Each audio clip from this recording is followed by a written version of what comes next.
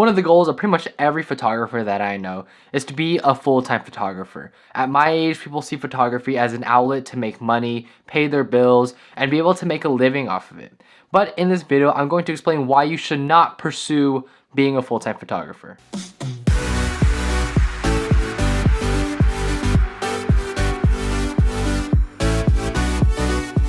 What's up guys, a Project Photography back with another video, and today when you read the title and it says don't pursue being a full-time photographer, it sounds pretty controversial because a lot of people nowadays, when they join photography, they see it as an avenue to make a lot of money. But to me, it's one of those things where you can't actively pursue it. Now, I'm not saying that you shouldn't be a full-time photographer. There are plenty of full-time photographers that love what they do. But actively pursuing being a full-time photographer, I think, is the wrong way to go about it. Now, this takes a lot of explaining to do, and I'm going to do just that in this video. But first, I need to explain a study that was done by a Harvard business professor. The Harvard professor is named Julian Avila, and she recruited a number of artists to do 10 commission work and 10 non-commission work. Now, if you're a photographer, you know what commission means, but if you don't, let me explain. Commission work is pretty much work that you get paid for. There's some sort of payment for you doing the work. That's what commission means. And after she got the 10 or the 20 pieces of commission work, she had influential artists and people in that kind of realm to go and critique the images or the work that they did. So what they found was that the non-commission work was at the same level in terms of technicality with the work that was commissioned, but the non-commission work was more creative. Therefore, the non-commission work was more superior to the commission work.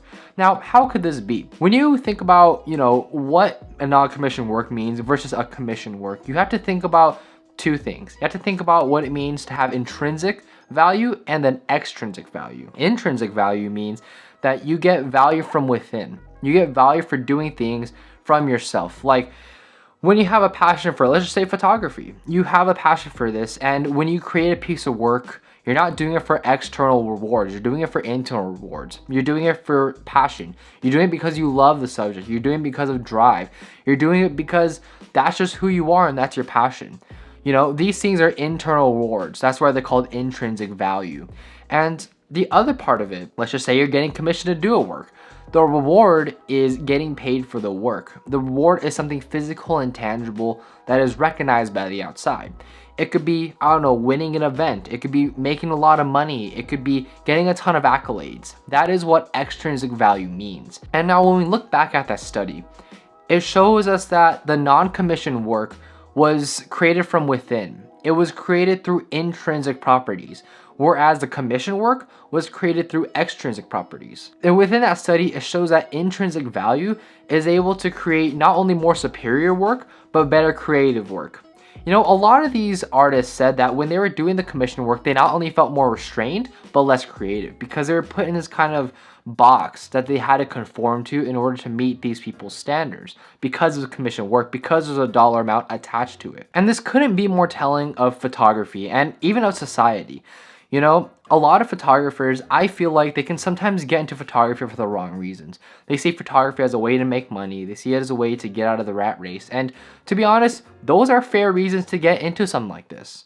But when you think about intrinsic versus extrinsic value, photography is one of those niches that is meant for people of the intrinsic. Photography wasn't necessarily an avenue to make money back when it was first invented in the 1800s, Photography is one of those things where you have to do it because you love to do it. And I want to share this quote. And the quote is, "It is those who are least motivated by extrinsic rewards who will eventually receive them." So what this means is, in photography sense, it means that you have to be motivated by your intrinsic values. You have to be motivated because you love doing what you do. You have to be motivated because of passion and drive. You can't be motivated because of money or accolades or a dollar amount. Intrinsic value will lead to extrinsic rewards. You do things because you love it. You can apply this to pretty much every avenue of your life. Let's just say you get a job at McDonald's, You get a job at McDonald's and, I'm pretty sure like 99% of people that work at McDonald's do it because of extrinsic properties. They do it because they need the money. you know, and I don't blame them. That is just part of society. That's just how we work. An intrinsic approach to working at something like McDonald's is I want to make McDonald's the best place to eat for everybody. I want to be able to serve my customers well. I want to do my best in helping my fellow employees out. I want to be able to create an environment that people love to come to. That is an intrinsic property, and that is a property that, you know, it's really hard to get. And photography is one of those things where pretty much everybody starts off with that intrinsic property. They start off by saying, I do it because I love it. I do it because I really want to do it, not because I do it because I want to make a lot of money. You know, photography is one of those niches where it's really hard to make money. It really is, you know.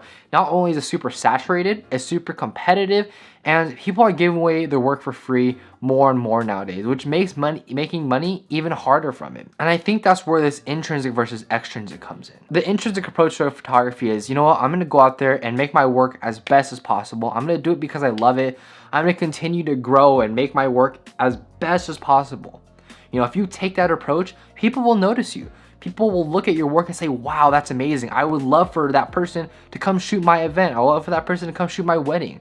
I'd love for that person to come shoot my properties or whatnot. People notice great work, you know, and there's sometimes this fine line between what's good and what's great, but people recognize great work. You know, that's something that I want everyone to take away from this video while watching it. I don't want you guys to say, oh, I want to pursue the money. I want to pursue the accolades. I want to pursue the reward. I want to pursue these things that are tangible.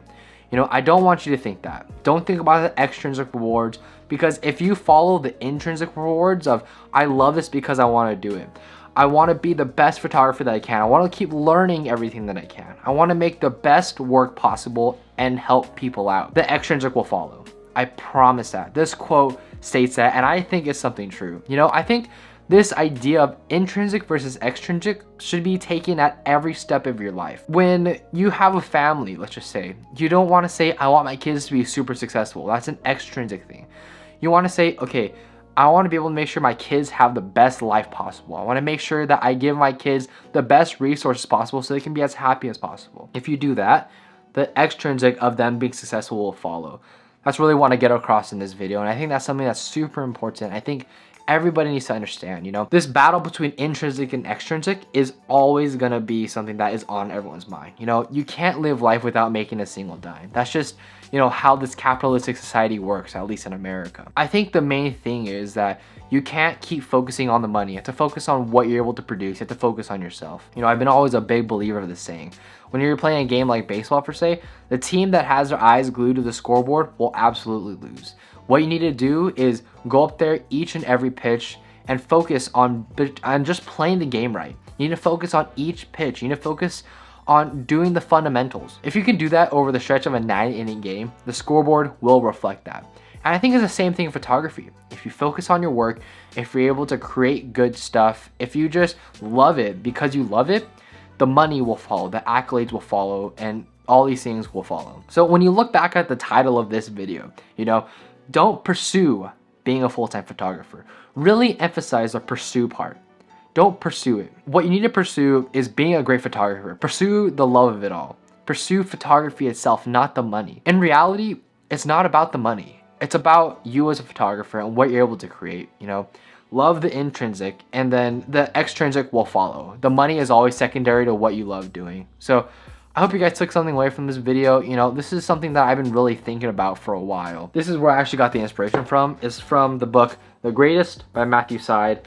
Absolutely great book. If you've read his previous books, Black Box Thinking and Bounce, I get a lot of my inspiration from these books, and they're great. This is where I got the whole idea of intrinsic versus extrinsic value.